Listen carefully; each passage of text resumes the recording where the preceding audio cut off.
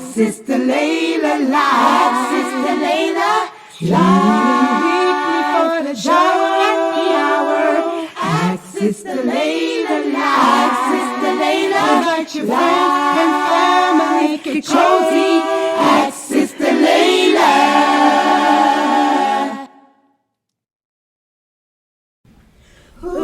Assalamu alaikum. Hot topic for this upcoming Ask Sister Laila live show this Friday, 9 p.m. Eastern. Ustada Laila Nashiba, she will be addressing the older men chasing younger women to marry to feel young again. Walis and imams seeking new shahadas to marry to complete half their deen and more. You're not going to want to miss this show. Streaming on all major platforms. See you there, inshallah. Channel Sunnahfollowers.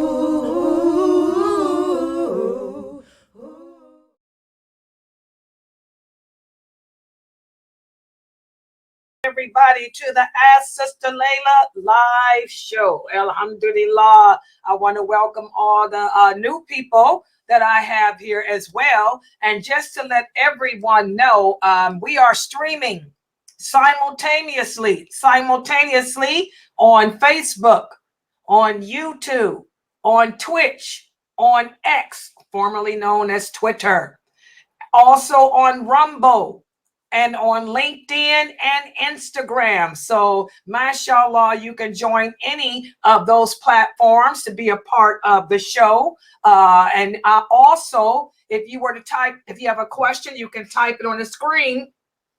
I can see everybody's question except for X or Twitter. For those of you on Twitter, I won't be able to see your questions. Twitter hasn't integrated that into the streaming platform yet. But if you are on Twitter and you do have a question, you can join our or send a question to our WhatsApp number or call in our WhatsApp number, which is 862-370-2838, not 39. Hold on, let me fix that. Hold on, I got 39. Hold on, let me type that again. Call in at, it's 862, right, guys? 862-370-2838. This is our WhatsApp number. Okay.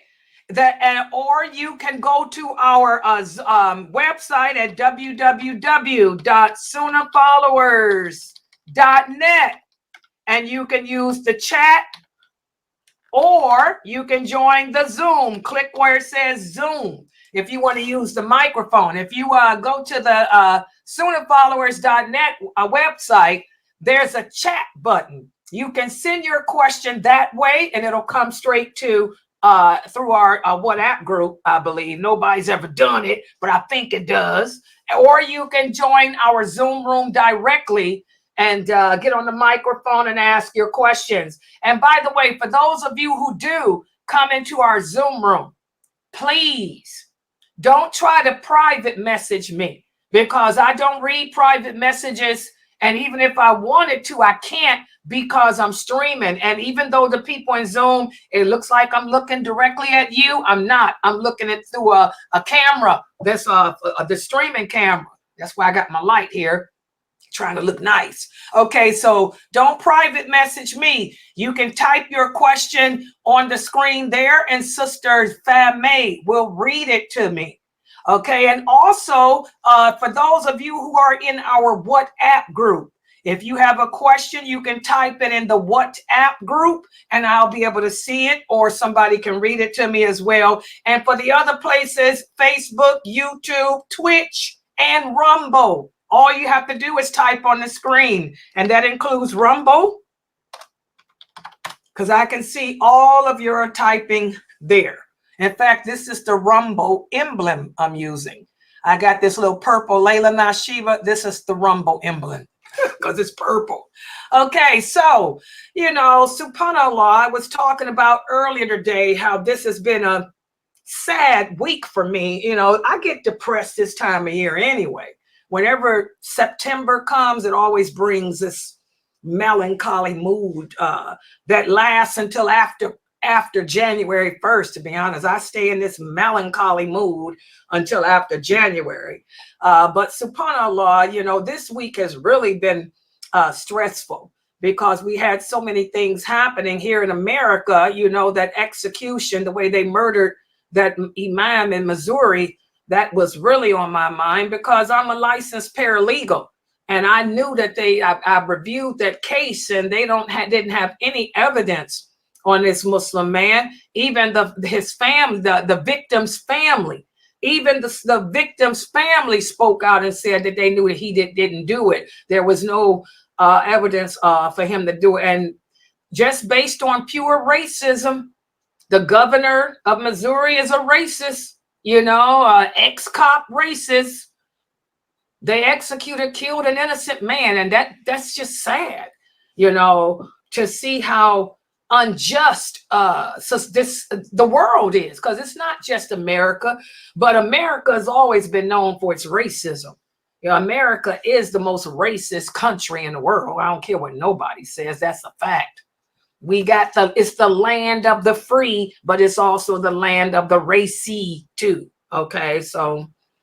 And that's been sad to see how this man was just murdered, you know, without any proof. It's just sad. So that's depressing. And then, like I told you guys earlier, when I look and see how the Muslims here in America, the famous personalities here, how they've sold the religion for the price of this dunya, that's depressing. To see how we are deviating away from Islam and its truthfulness with the understanding of those companions, how we have people who call themselves scholars of this religion when they're not scholars of anything, but scholars of this religion, and they want to change the laws of Allah. They want to make things unlawful that Allah made lawful, and make things haram that Allah made haram, made, you know, vice versa. That's just sad. So it's just a sad week, you know, for me, you know, but alhamdulillah, it's a wake-up call too. It just lets us see that our life on earth is short. Somebody was talking about how a lot of people are dying. I was looking at the khutbah given by one of the imams here, and he was speaking about how this year he buried more people in his community in this year than he has in any other year. Well, again, even death is a sign for those of us who believe in Allah and fear him. And I'm like this, Allah doesn't put a burden on any of us that's too great for us to bear. The war against Islam is already here, and the war is sent by Allah. Allah has sent this war to cleanse the earth. Why did Allah say? Allah say he sends war to cleanse the earth of bad, corrupt people. Muslims are bad and corrupt. I'm sorry. There's a lot of corrupt, bad Muslims in the world. That's the reality. The simple fact that we think that we can change Allah's laws, that we can take Allah's laws and divide them up into essentials and non-essentials. The fact that we think that we can make things legal and lawful that Allah said are not good and clean. You know, Allah has to cleanse the earth of people like that. So that's why Allah has brought this war here. And again, Allah says he doesn't put a burden on any of us that's too great for us to bear. I look at it like this. War is something that a lot of us can't handle. You got to be strong in your iman to go through what those people in Gaza are going through every day, to see death around you constantly, to be living off the land, to not have clean water, no toilet, no luxuries. That's a rough existence. You got to be strong in your iman to deal with that, and bombs going off every day. So Allah says that he will never send a trial to us that we can't handle. So it only makes sense why there's so many Muslims dying right now. Allah said he's not going to test us with anything that we can't handle. So maybe the war, the bombs will start falling down here in America real soon. So for those of us that can't handle war, Allah's taking us out. He's taking our soul now. That's how I looked at it.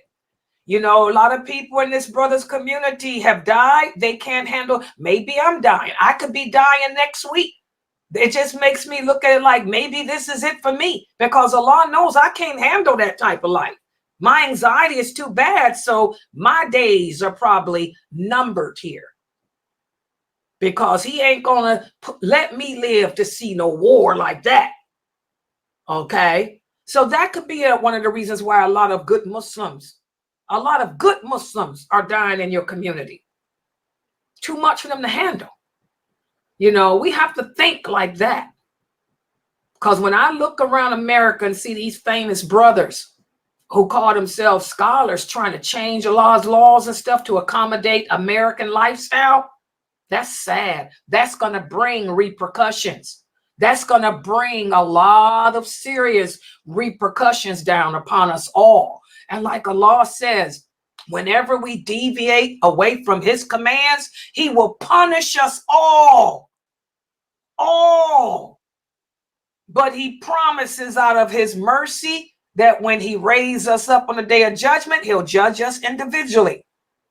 So it's getting ready to happen here in America. It's getting ready to happen. Get ready for it. All right. So we got a couple of questions here on the YouTube channel. Sister Fame, can you read them? Do you want to read them? The first one, can you see them? Yeah. The first question is, what should you recite when you visit the Prophet Muhammad sallallahu alaihi wasallam's grave in Medina? Okay, you recite the same thing that you would say if you weren't visiting his grave. The same thing that we say when any a person dies is, you know, inalallahi wa inalayhi rajiun, and then you make dua for the Prophet sallallahu alaihi wasallam. You ask Allah, you know, you give salams to him and make dua for him. You make dua for the Prophet Muhammad sallallahu alaihi wasallam. That's it. There's no certain rituals. Remember, we don't worship the dead. We don't make a big deal out of going to graves.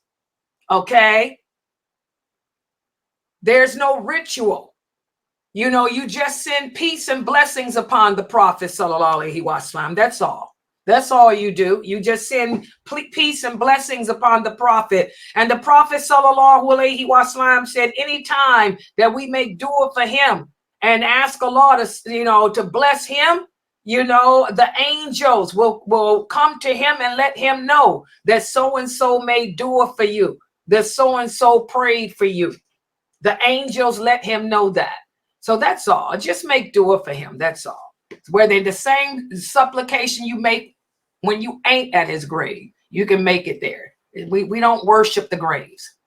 And by the way, I don't know if Saudi Arabia has changed, but they only got certain days that they allow women to go to the grave. When I went to make Hajj, they wouldn't even allow the women to see his grave because so much innovation now, people go and try to pray to him. Can y'all believe that?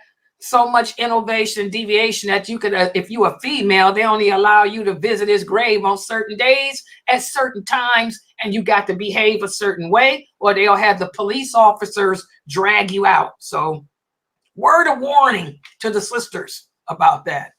Okay. Okay. Next question. What is Riyaz al-Jannah? Someone told me it's place from paradise. It's the Prophet's mosque, and that person said praying it's 1,000 times better. That person gave this hadith. The Prophet said, between my house and my pulpit, there's a garden for the gardens of paradise, and my pulpit is on my fountain tank. Example, Al-Qatar. Okay, a lot of you have to be very careful. This is what we were talking about in our other class. Most Muslims in America are murderjia. They belong to that Murjia sect. We have more mystic Sufis in America than any other sect. Okay? And a lot of the hadiths that the Sufis use are not authentic, number one. Number two, they are known to take hadiths. And also, if a hadith is authentic, they'll take a hadith and they'll twist it around to mean something that it doesn't mean.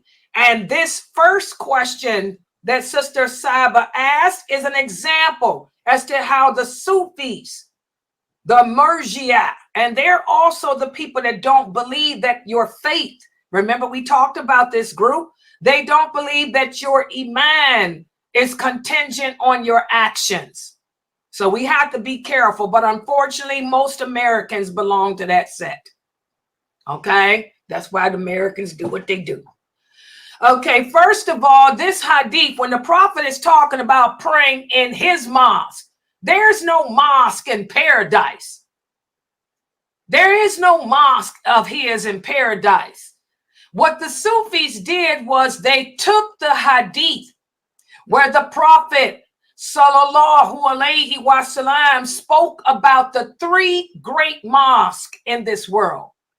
He said the prayer in my mosque for the man, and this is for men, not women. None of the hadiths about prayers refer to a woman. And I want you guys to remember that any hadith that you read about praying inside a mosque or praying in congregation is for men, not women.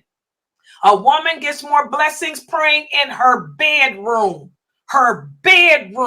in her house by herself than anywhere else. Okay, but what these Sufis have done is taken a hadith where the prophet speaks about the reward a person gets for praying in the mosque in Mecca, the mosque in Medina, and the mosque in Al-Aqsa. That has nothing to do with paradise. That has nothing to do with paradise. But that's an example as to how the Sufis will take hadiths and mess them up, change the meaning. Okay? If this is a mosque from paradise, then you tell them to bring the dalil. If there's a such mosque that's on earth that's greater than the prophet's mosque, and it's from paradise, then there must be a clear nas, a verse from the Quran that says that, or a verse from authentic hadith. There is no, I repeat, there is no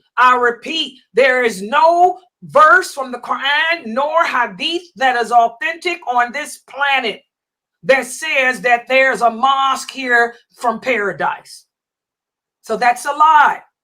So what you do is you tell the Sufi that told you that to bring the evidence. And this is the beauty of Islam. This is how Allah, somebody get that video off. Somebody get the videos off.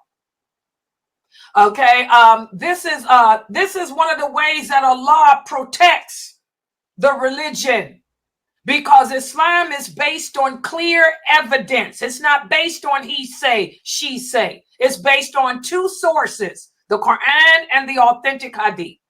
So whoever told you that there's a place here on earth to pray in that's going to bring you better blessings than any other mosque in the world, tell them to bring the evidence.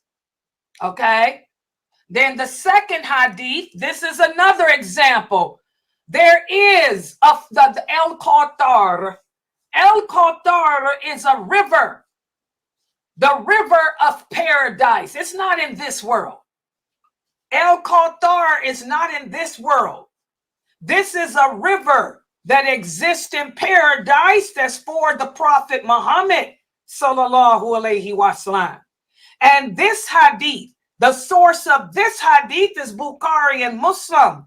When the Prophet sallallahu alaihi wasallam said, between my house and my pulpit is a river that runs over it.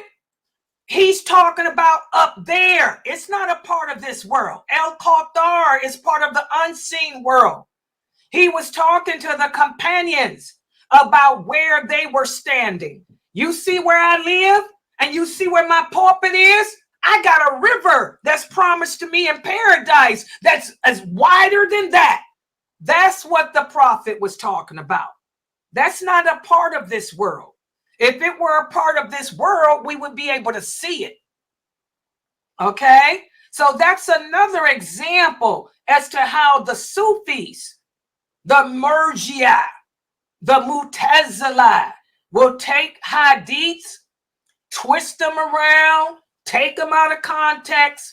That's why it's important to know the science of the hadith, the science of the Quran. You have to know the science of connectivity. You have to know the biography. You have to know the history and all of that. So no, that's not a part of this world. The prophet does have a fountain. His fountain is El Qatar, but it's not a part of this world, Sister Saba. It's up there. And on the day of judgment, for those of us who get across that bridge, we will drink from the prophet's fountain. We will drink from his fountain. That will alleviate all the thirst and pain that we went through. And when the people are removed from the hellfire, they will drink from it too. And it will remove all the pain and suffering that they went through in hell. Okay, Allah knows best. So be careful of these people.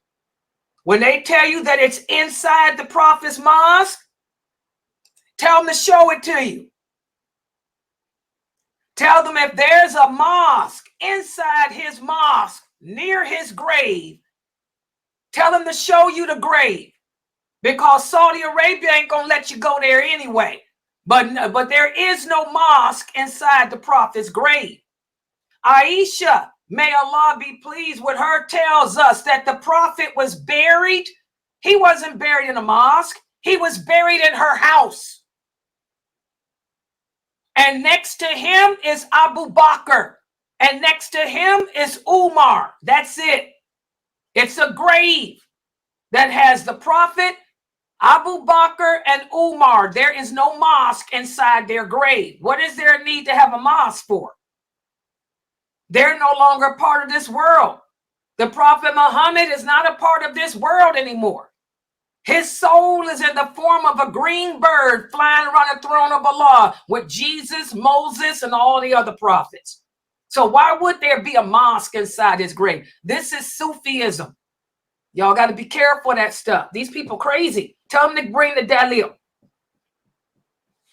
Okay? Okay. You understand, Sister Saba? Yeah. Be careful of those Sufis. They got a lot of crazy stuff that they say. I mean, and again, this is why Allah is punishing us. We're just messed up. It's just sad. It just makes me sad. Yeah. Next question. I have a question as to how to handle anxiety. Sometimes I get a lot of anxiety, which makes me have a panic attack. Okay, this is a medical question, Brother Ahmad. I have panic attacks too. They got medicine for it. So what you need to do is go to a doctor. I can't help you with that. A lot of people suffer with anxiety, including me, and they do have medicine. I take pills. I take my medicine every day, and it keeps me from having a panic attack. So that's not an Islamic question. That's a medical question. And like the Prophet Muhammad said, when you're sick, when you are physically sick, go see a doctor. That's what the Prophet sallallahu alaihi wasallam said. If a person is physically ill, you're suffering with a physical illness, seek the attention of a physician. And the Prophet would send the companions to the doctor. And they had a hospital attached to the mosque. Aslima's father was the physician and she was his assistant. And they would give the people medicine to treat whatever their sicknesses was. So that's not an Islamic question. That's and I know you're talking about all those hadiths about anxiety. Those are supplications. But those supplications are not going to help you because you're physically ill. The supplications that the prophet taught us for anxiety is for that which is in our head. That'll help for what we worry about. That's not help talking about panic attacks. Panic attacks and the sweating and all that other stuff we go through where we can't breathe, the hyperventilation. Those supplications are not going to work. That's a medical condition. Just like the Quran is a cure for the sicknesses of the heart, supplications are the cure for the sicknesses of the heart, guys. Y'all understand what I'm saying? Because this is another problem. Muslims don't go to doctors, and we're going to be, Allah's going to hold you accountable. He's going to ask you, why didn't you take care of your body? Didn't you know that the Quran was only a cure for the sicknesses of the heart, not the physical sicknesses? Supplications are cure for the sicknesses of the heart. If you are sick, Allah says, go get treatment. So, Brother Ahmad, go to a doctor. They got a lot of medications they can give you for panic attacks. I take Lexapro. I take Lexapro every day, and I haven't had a panic attack in 3 years. Thanks to the Lexapro. Okay. All right. Next question. And they got some pills too. By the way, if you're suffering with anxiety, like say, for example, if I was going to go flying from here to Egypt, let's say, just in case I don't go into an anxiety attack, they got some pills that you can take that'll instantly stop your anxiety. It'll make you like this. So there's medicine for that, Brother Ahmad. Just go to the doctor. The supplications for anxiety are for the heart, not for your physical condition. Just like the Quran is a cure for the sicknesses of the heart, not physical body sicknesses. Reading the Quran, making dua is not going to take away your cancer. Allah sent the treatment for cancer. You have to go get the treatment. Reading the supplications can calm you. But if you are having panic attacks and the physical stuff, you better get some Lexapro. Seriously. All right. Yeah. Next question. Oh, really? Next question. Okay, go ahead. The next question is, do I have to obey my husband if he tells me that he does not want me hanging out with my single friends anymore? And what if they are good practicing sisters? Yes, because that's one of the rights that your husband has over you. Remember, I did a whole series on that. We obey our husbands and everything that Allah commanded us to obey them in. Okay. And Allah commanded us in that, because what are the rights of your husband? That's why I did that class on the rights of a husband. One of the rights that your husband has is not just to tell you who can come in his house, but he has a right to tell you who he don't want you hanging around. So maybe he doesn't want you around your single friends because he's got insecurities. But even so, he's justified in saying that. That's one of the rights your husband has over you. He can tell you he don't want you hanging around with that person because he feels that person might be a threat for you. That person might make hasad on you. That's his right, because that's his job. He's your protector. So he, as part of being your protector, he has a right to tell you that. So yes, you obey him in everything that Allah commanded you to obey him in. Now, if he told you he didn't want you coming to learn from Sister Laila, do you have to obey him in that? No, because seeking knowledge of your religion is an obligation that you owe to Allah. So you don't have to obey him in that, because Every Muslim has to seek the correct knowledge of this religion. You're going to be held accountable. So he can't say, I don't want you learning from Sister Laila. Sister Laila's teaching by the Quran and Sunnah. He doesn't have that authority. But if he tells you, I don't want you hanging out with sisters because they're single, you obey him because he's your protector. And Allah knows best. Y'all understand the difference? Yeah, that's what that means. Aisha, may Allah be pleased with her. We obey him, them, and everything Allah commanded us to obey them in. That's what we do as women. And that's one of his rights. Okay, the sister here is asking, yes, he has a right to tell you that he doesn't want somebody over his house. Yes. That's why you sisters, when y'all get married, y'all need to go about it the right way. Because if your husband tells you that he doesn't want your mother in your house, you got to listen to him. That's his house. Like Habiba, when her father, Abu Sufyan, came, she said, you can't come in the house of the prophet. Oh, no, I can't let you in here. He said, I'm your father. She said, he's my husband. Number one. Number two, he's the prophet. So you can't come in here. So yes, your husband has a right to tell you who he wants in his house and who he doesn't want. And yes, you have to obey him. Yes. That's why before you sisters get married, if y'all got close relationships with your families, try to get your families to meet this man before y'all get married. So it don't end up being a problem. The rights of husbands. Right. The rights of the husband fall in the category of providing, maintaining, and protecting. Your husband is your provider. He's your maintainer. He's your protector. So his rights fall in those three categories. Exactly. He's got to protect you from harm. He's got to protect the children from harm. Your mother could be a bad person. Sorry. Yes, your brother. Okay, I don't know if y'all can see her typing. She says her brother is LGBTQ. There you go. Exactly. If your husband told you that he doesn't want your brother visiting because he's LGBT, your husband's right. Your brother cannot come over and your children can't go around him.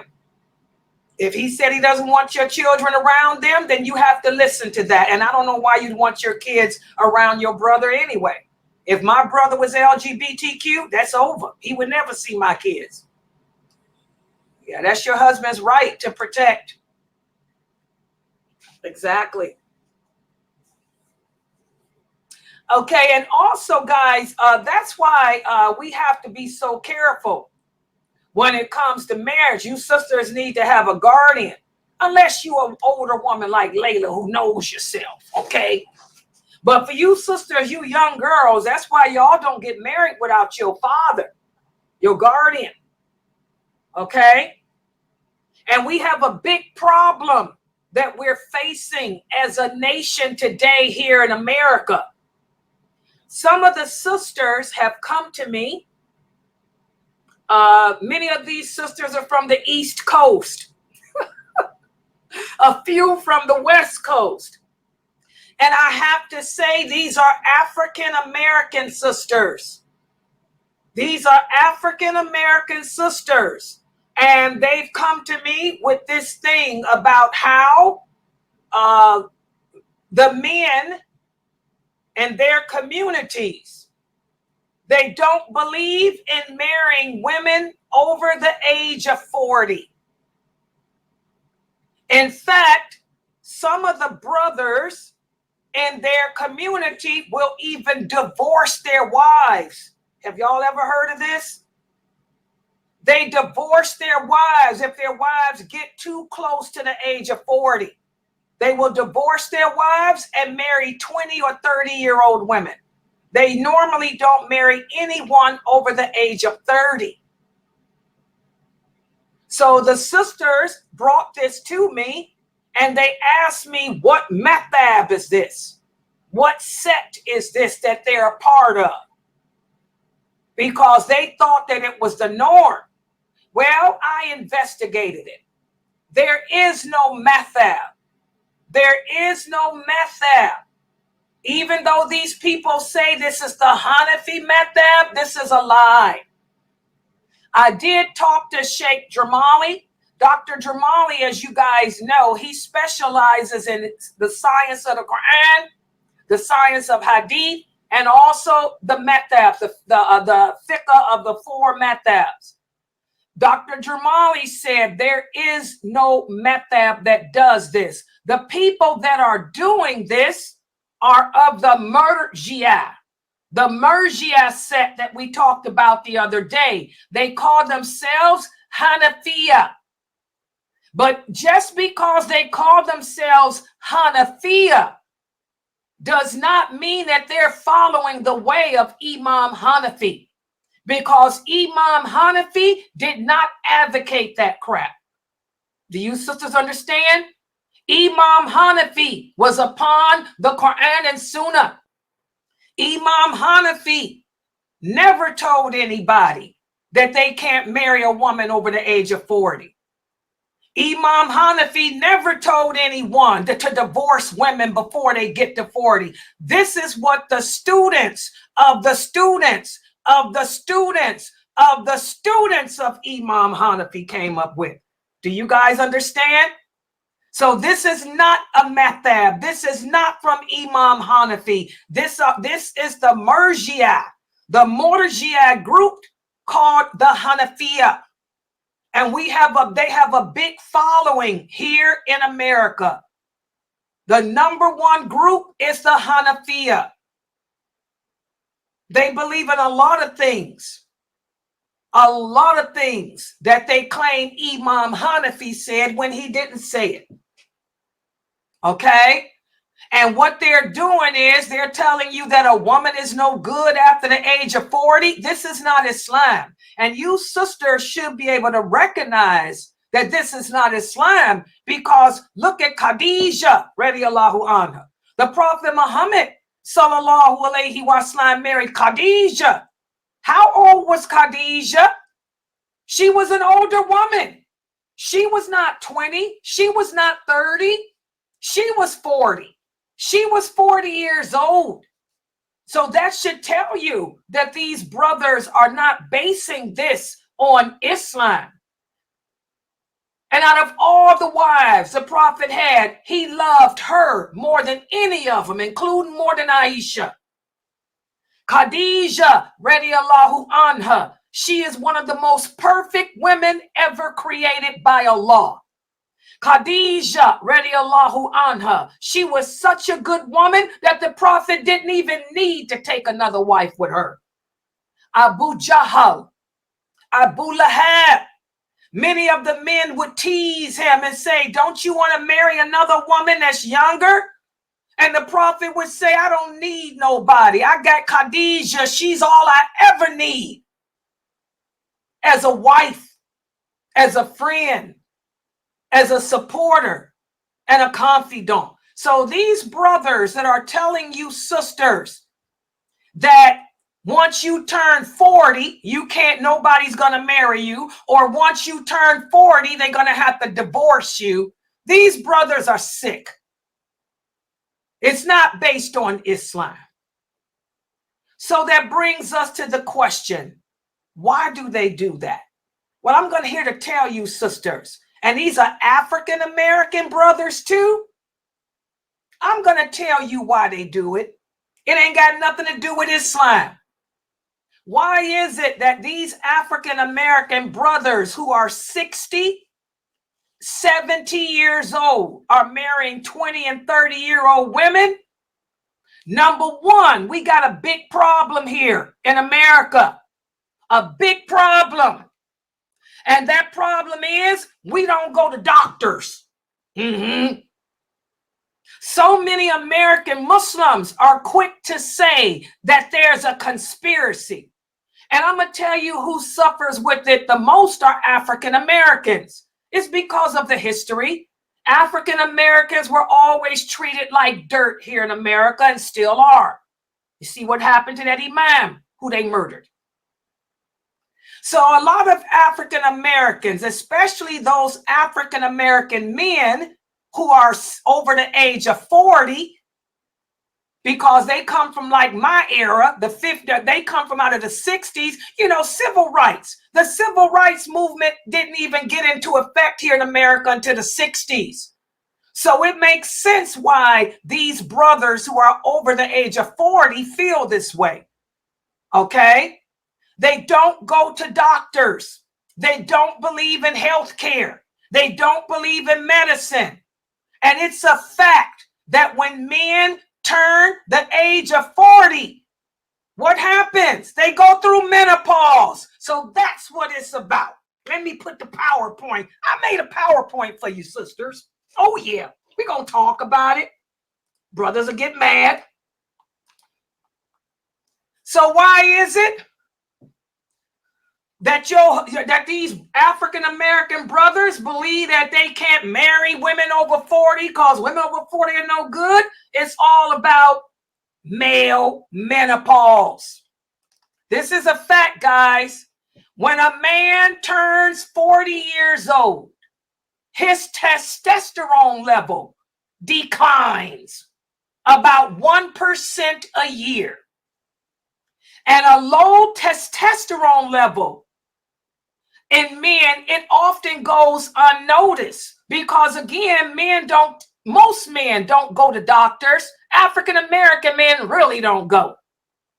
But they can test their testosterone level simply by taking a blood test. But even if you do go to a doctor, the doctor is not going to test your testosterone level unless you ask for it to be done. And also, guys, a lot of men who experience low testosterone, they don't have no symptoms. They're 40 years old, 50 years old, 60 years old, still working, still playing racquetball. They ain't got no symptoms. Okay? And also, with a man, how many of you sisters are married to men with high blood pressure? How many of these men have high blood pressure? This is a big problem with African Americans. African Americans have high blood pressure problems. Well, guess what? High blood pressure and the medicine you take for that can lower a man's testosterone and put a man into male menopause. So why is it that these men are marrying women younger than 40? Well, let's look at the signs. How many of you sisters' husbands have these signs? One of the signs and symptoms that a person's testosterone might be low is he has a reduced sexual desire. Also, ED. How many of you have heard of ED? A lot of men over the age of 40, once they turn 40, this is when the men start to experience ED. Okay?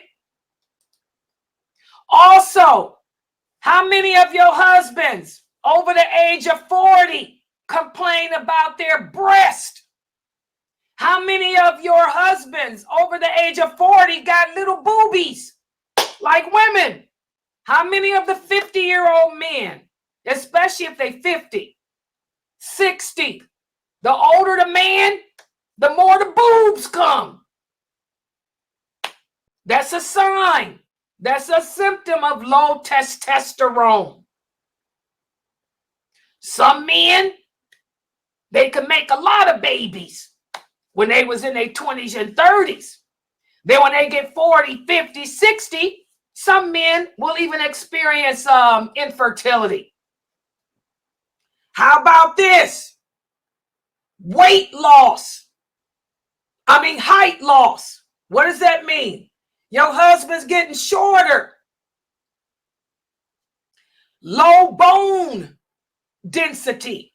You know, the older you get, the shorter you get because of that low bone density. How many of your husbands are having hot flashes, sweating a lot? He's got to carry a handkerchief because he's always sweating. Yeah, men go through hot flashes. You got the air conditioner on. You got the fan going. He's sweating up a storm, especially if he has high blood pressure. High blood pressure brings about a lot of flashes. All of these are signs of low testosterone. Y'all see that? Other symptoms. Your husband's not as energetic as he used to be. How about depression? How about mood swings? Your husband can come home from work today and be in a bad mood for no reason. He yells at you. He yells at the kids. All of this happens over the age of 40. If your husband is over the age of 40 and he has any of these symptoms, you might want to go get him tested. Also, sleepiness. He's always sleepy. Or when he goes to sleep, he wakes up every 10 minutes, every 15 minutes. Also, anemia. His iron is low in his body. Also, his muscles start to become weaker. They turn it into flab. And number two, this big one is stomach. That big stomach that men get. Oh yeah, men get a gut. That over the age of 40 gut. Those are all signs, guys. Those are signs of low testosterone. And so you can connect the dots. A lot of men over the age of 40, when they go through that menopause, they don't have all the energy to do all the hard work that they used to do, literally.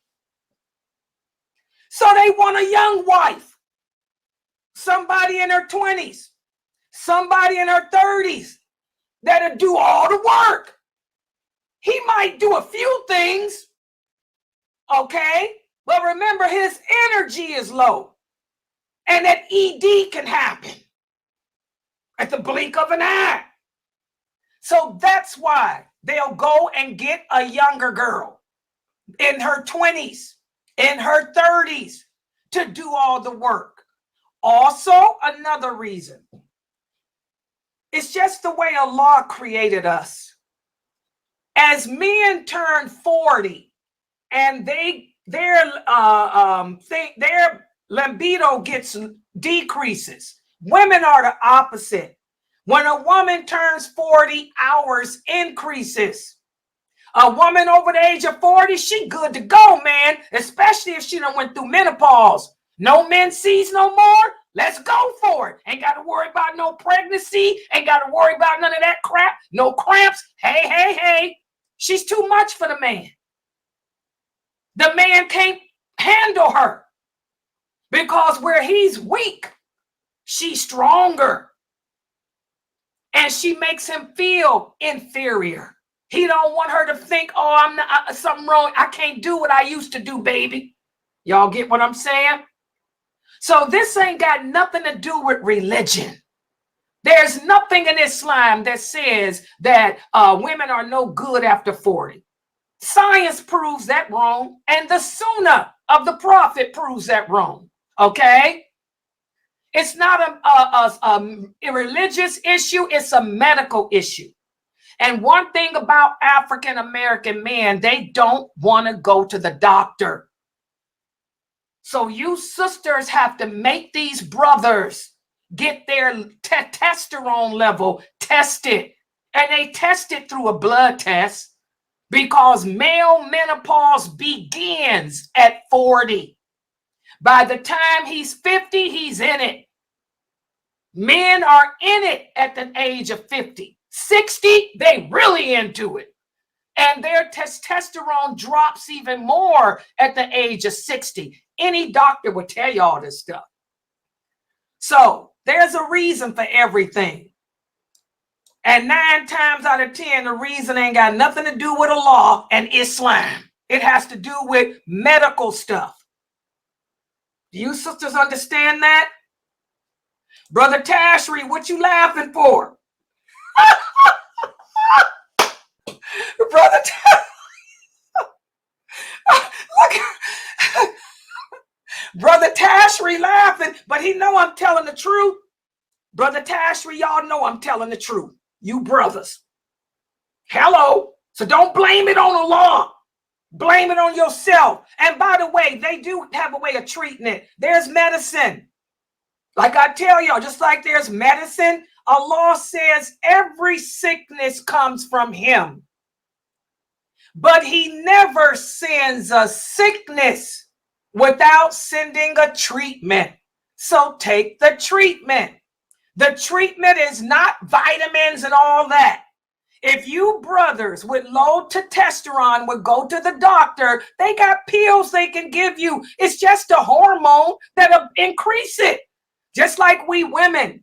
When women go through menopause, if it gets too bad, they got hormones they can give you to help.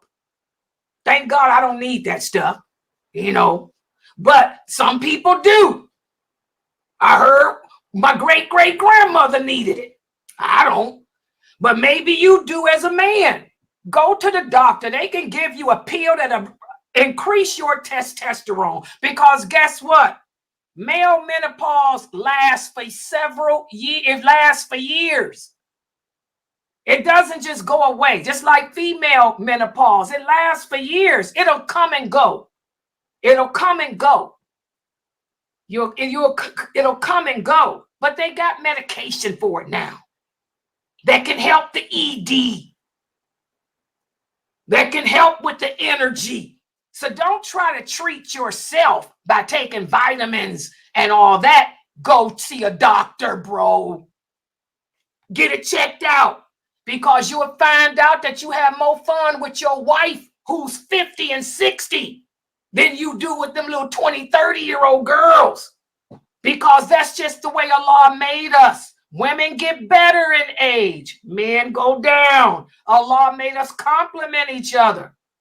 So stop cheating yourself out of having a good woman.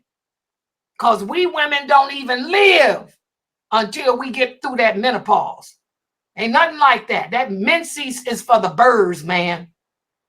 What y'all think about that? Any comments?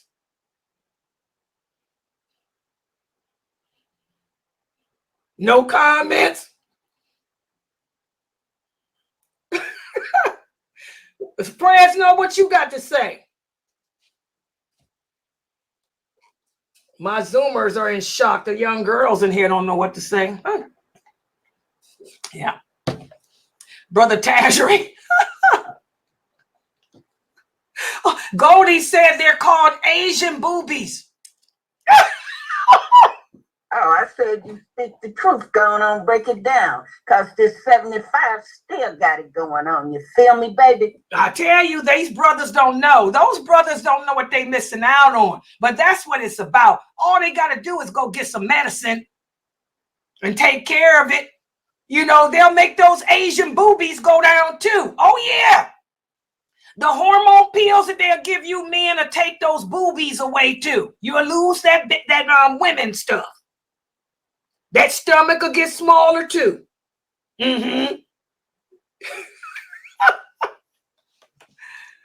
Brother Tajri, you want to put you know you can come in the Zoom room and get on the mic, Brother Tajri.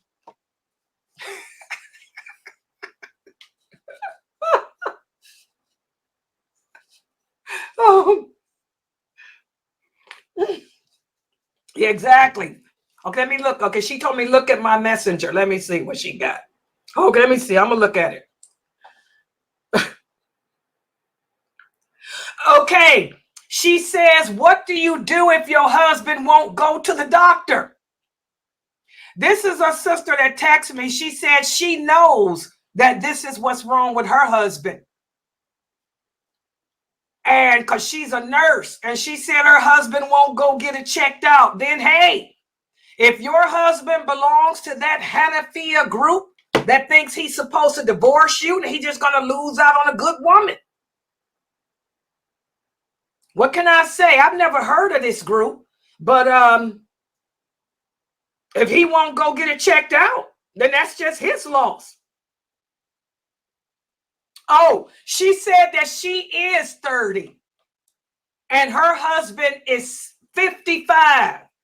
And she said that she knows that that's his problem. And she's trying to tell him to go get help, but he don't want to man up to it. Okay, I see what you're saying.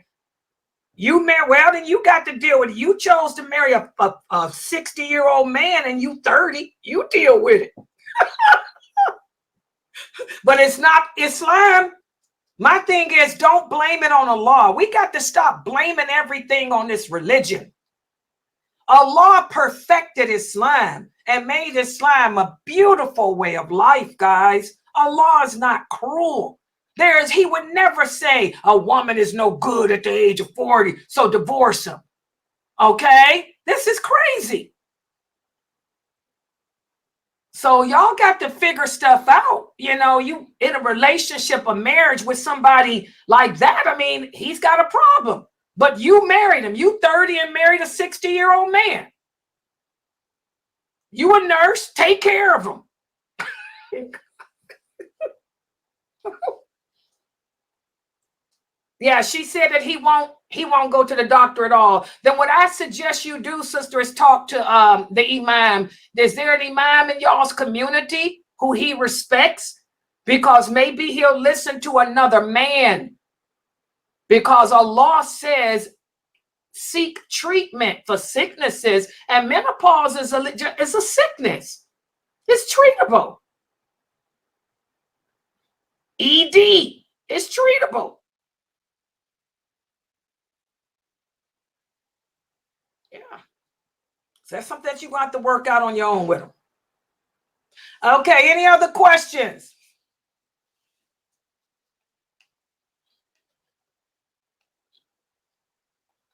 Yes, and high blood pressure, exactly. Like this sister here's a nurse too. She said, yeah, a lot of brothers with high blood pressure, they go into that sweating and hot flashes and cold flashes. Yeah, men got, you know, and the thing is, all this stuff can be treated.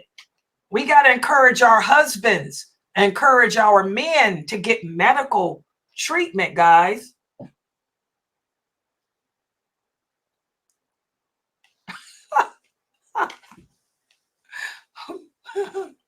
Sister Goldie said she know a lot.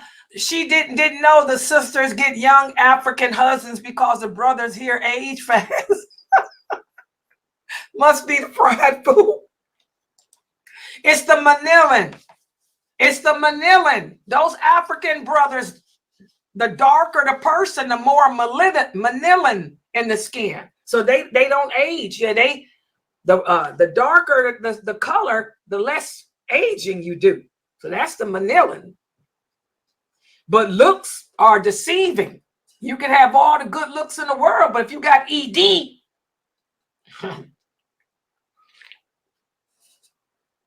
yes, and we got women that suffer with that too. By the way, guys, there are some women that go through that too. When they're going through menopause, some sisters, they become frigid. It's called frigidity. Well, they got medicine for that too. If you're one of those women that's frigid, there's medicine for that too. Allah has a treatment for everything, not just the COVID.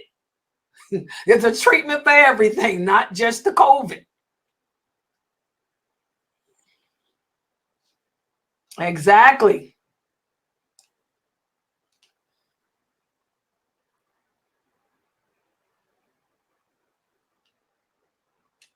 Exactly. Like Sister Mina said, the game is not over. Brothers, just go to the doctor. Exactly. Get some treatment. It's normal. Part of life. Sarah, Sarah. Yeah. Any questions in the Zoom room, family?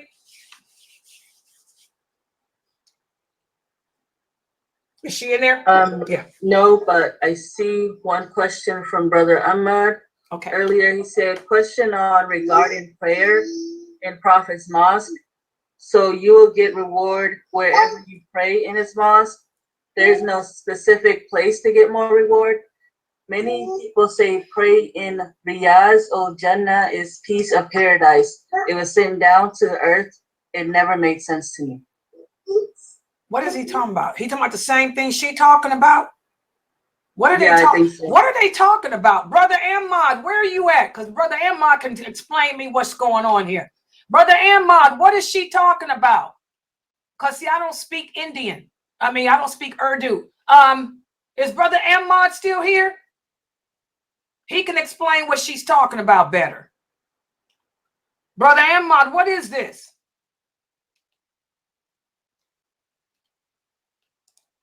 What is this stuff they talking about? I'm going to see if I can.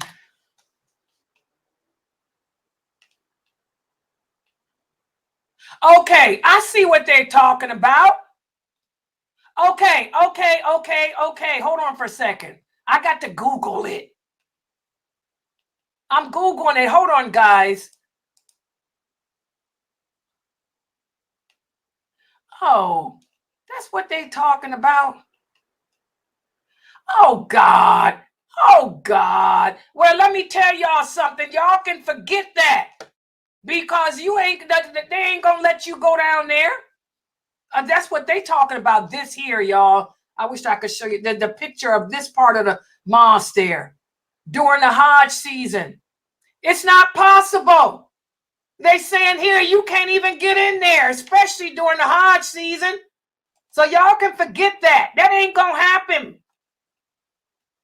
Oh, I see what they talking about. That's a tourist thing.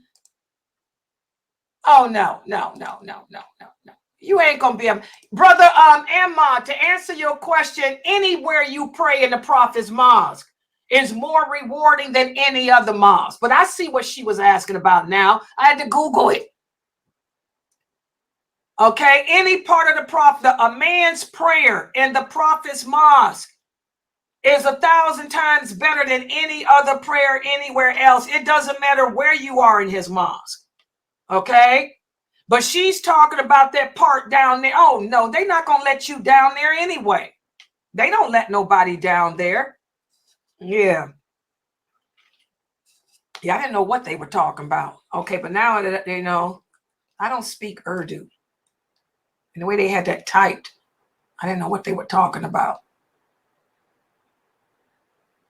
Yes, I don't know what they're talking about. Okay, next question. Any other questions?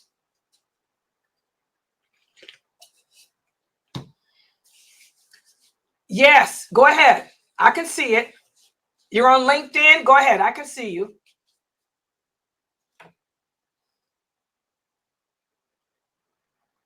Okay, this is a question that I answered before, but yes, when it comes to the lawful and the unlawful, guys, you have to remember only Allah has the authority to tell you that something is haram.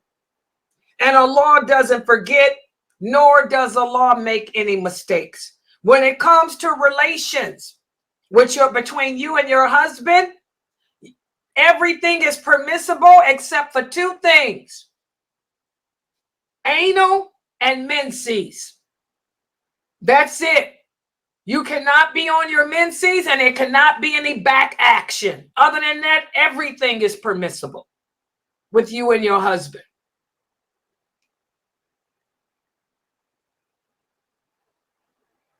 Okay.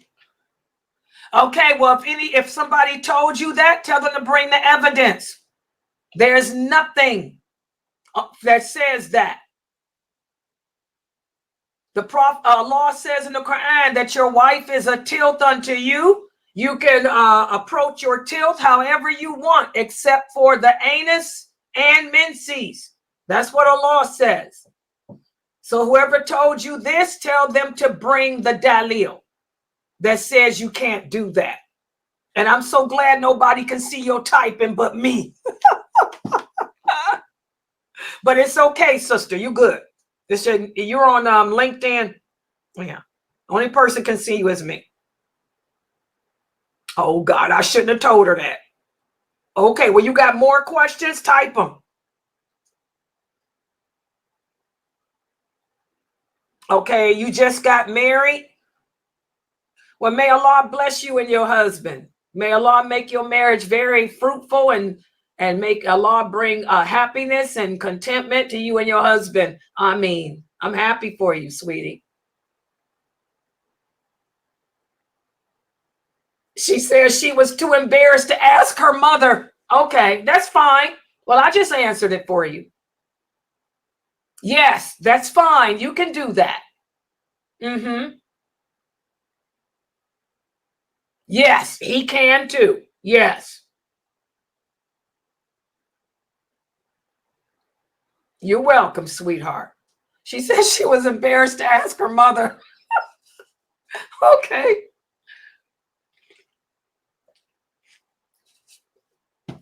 Okay, here's another question here. Hold on, let me see it.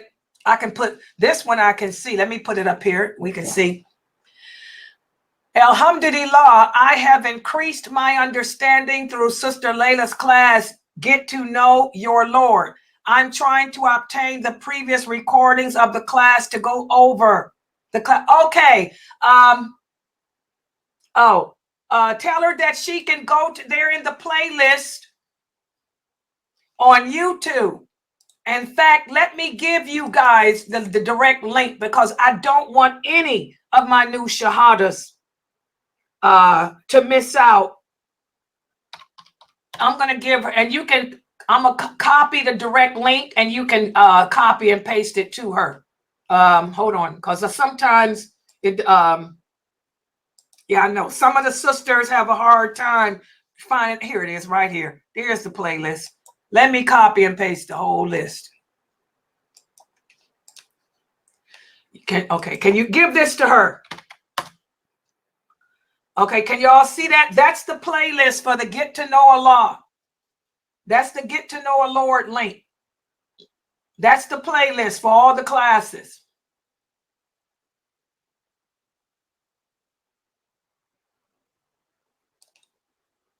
Okay, just thought there's a different way to obtain and save. Thought I've been Muslim for many years. I actually feel that now. Alhamdulillah, alhamdulillah.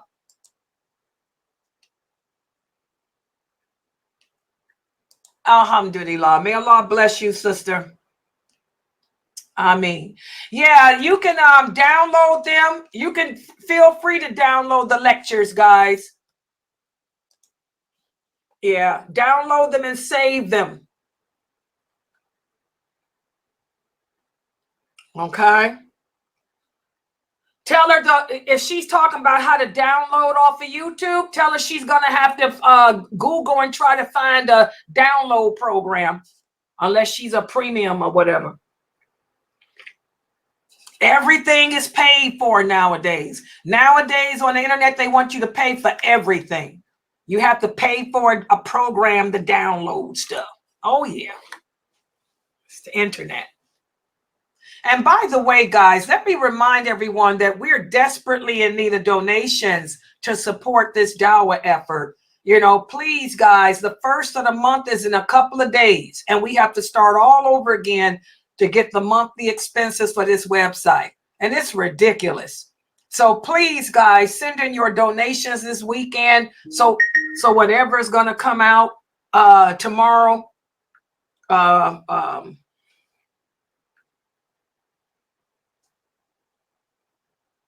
okay, let me type this. I will be there at 12, inshallah. Okay. By the way, is Latifa listening to me? Latifa, they got the grand opening for Izzy tomorrow, inshallah. I'll be there at 12.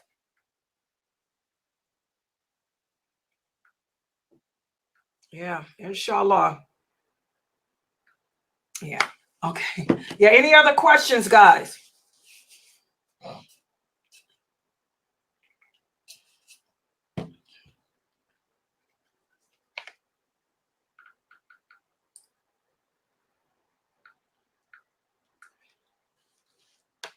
Okay, yes, we talked about that the other day. Okay, the sister here is talking about the prayer again. Okay, this is fine. I mean, remember the sunnahs. Exactly. The sunnahs are the things that if you forget, your prayer is still accepted. So you forgot to say Sami Allahu liman hamidah. Your prayer is accepted. Exactly. That's a sunnah. It's not a pillar. Okay, she said the brother told her that it was a pillar. It's not. Yeah, the raising of the hands and the saying of Sami Allahu liman hamidan is not a pillar of the prayer. It's a sunnah of the prayer. Yeah, so your prayer was accepted. Yes. Wa alaikum salam, Brother Perry. Yes, it was accepted. Alhamdulillah. Any questions in Zoom? Okay, here's another one from Rumble. Go ahead.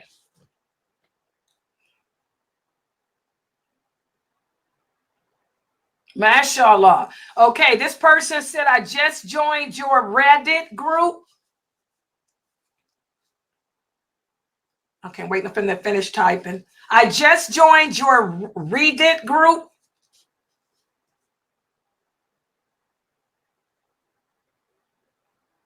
Where can I get the book for the classes? Okay, alhamdulillah, all the books are on Amazon.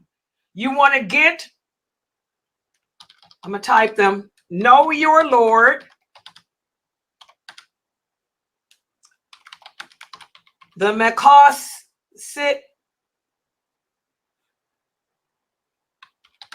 Tafsir. Both of these are by Kareem Abu Zaid. I'm typing them there. You see that? You're on Rumble, so you should be able to. Can you see me on Rumble? The typing? Because okay.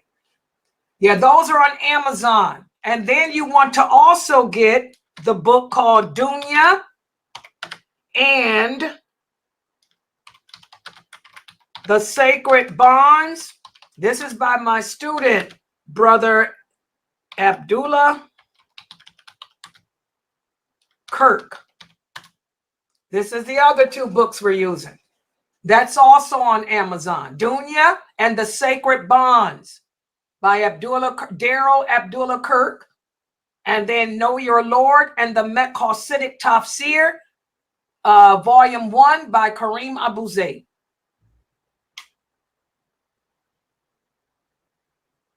Okay, good. Believe it or not, this website's been around a long time, brother. We've been around since 1986. Yeah, I've been teaching Islam on the internet since 1986. It's just that I'm streaming everywhere now. And I just made that Reddit page a couple of months ago. By the way, guys, for those of you who are not on our Reddit list, go to Reddit, and the name of the channel is Protectors of Sunnah. Protectors of Sunnah. That's our Reddit channel. I only got 5 subscribers, but what's going on is that the other Muslim groups on Reddit are referring the new shahadas to me because they know I'm streaming live. So which is nice. They're referring to new shahadas. Okay. But I'm going to let you know I'm not a Shiite, because I did notice a lot of those people on Reddit are Shiites. I am not Shiite. This is not Shiite. So I'm letting you know, brother, if you're a Shiite, this ain't the place for you. A lot of the Reddit people are Shiites.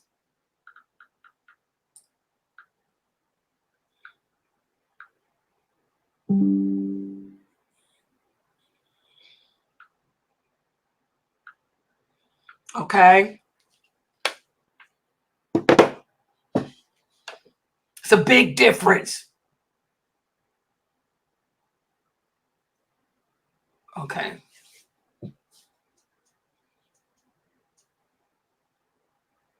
Yes. Yeah, just yeah. So you can get them all off of Amazon, inshallah, bro. And yeah, my classes are every day at 6:30 p.m. Eastern Standard Time and 9:30 p.m. Eastern Standard Time. And we have other classes too with Dr. Ibrahim Jamali, Sheikh Saud, Brother Mukhtar. And by the way, guys, tomorrow at 10 a.m. Eastern Standard Time, all the new shahadas too, pay attention.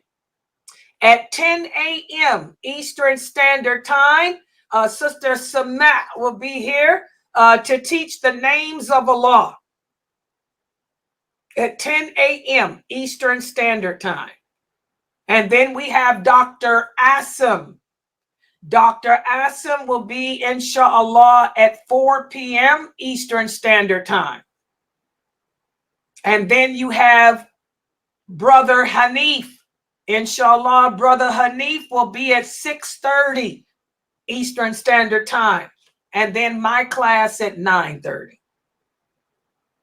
Yeah. So a lot of classes tomorrow.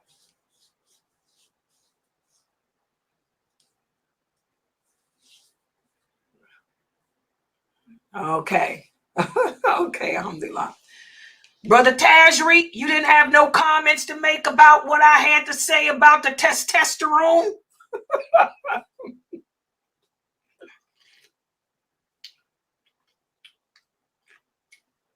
Walaikum salam, Sister Pamela.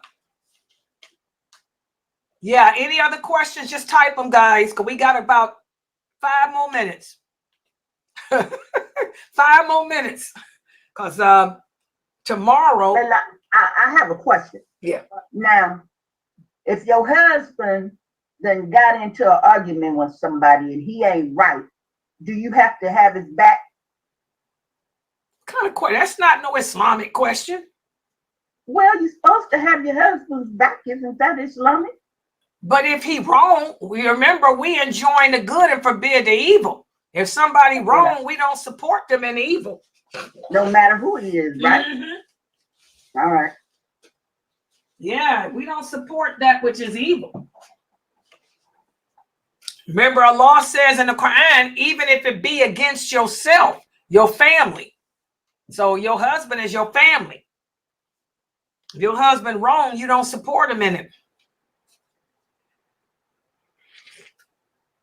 Everybody understand that? That's a good question, because a lot of us don't know when to draw the line. New shahadas, we don't know when to draw the line. We support that which is good, and we stand against that which is evil, even if it's against ourselves, against our family. If your husband or your wife is doing something that they shouldn't do, you don't support them in it. If your husband's robbing or stealing, we don't support that. If your wife is out there and not wearing hijab, you don't support that. You know, we got to stand for what's right, what's good, what's clean. Everybody understand? So that's a good question. And it's hard to do. We have to draw the line. And that's the problem I see here in America with a lot of these daya. You know, they don't know how to draw the line with their friendships. Your friend, you see that your friend has taken on a different path other than the path of Allah. Instead of you trying to call him back to the right path, you letting him pull you into his path. This is bad. That's bad. And that's a big problem here in the West. Yeah. Okay, a couple of more minutes. Any other questions? Come on with it, because I'm going to log out, because tomorrow we got at 10 o'clock, we have Sister Samat. And we have to be here for her stream. By the way, is Awa here? Sister Awa?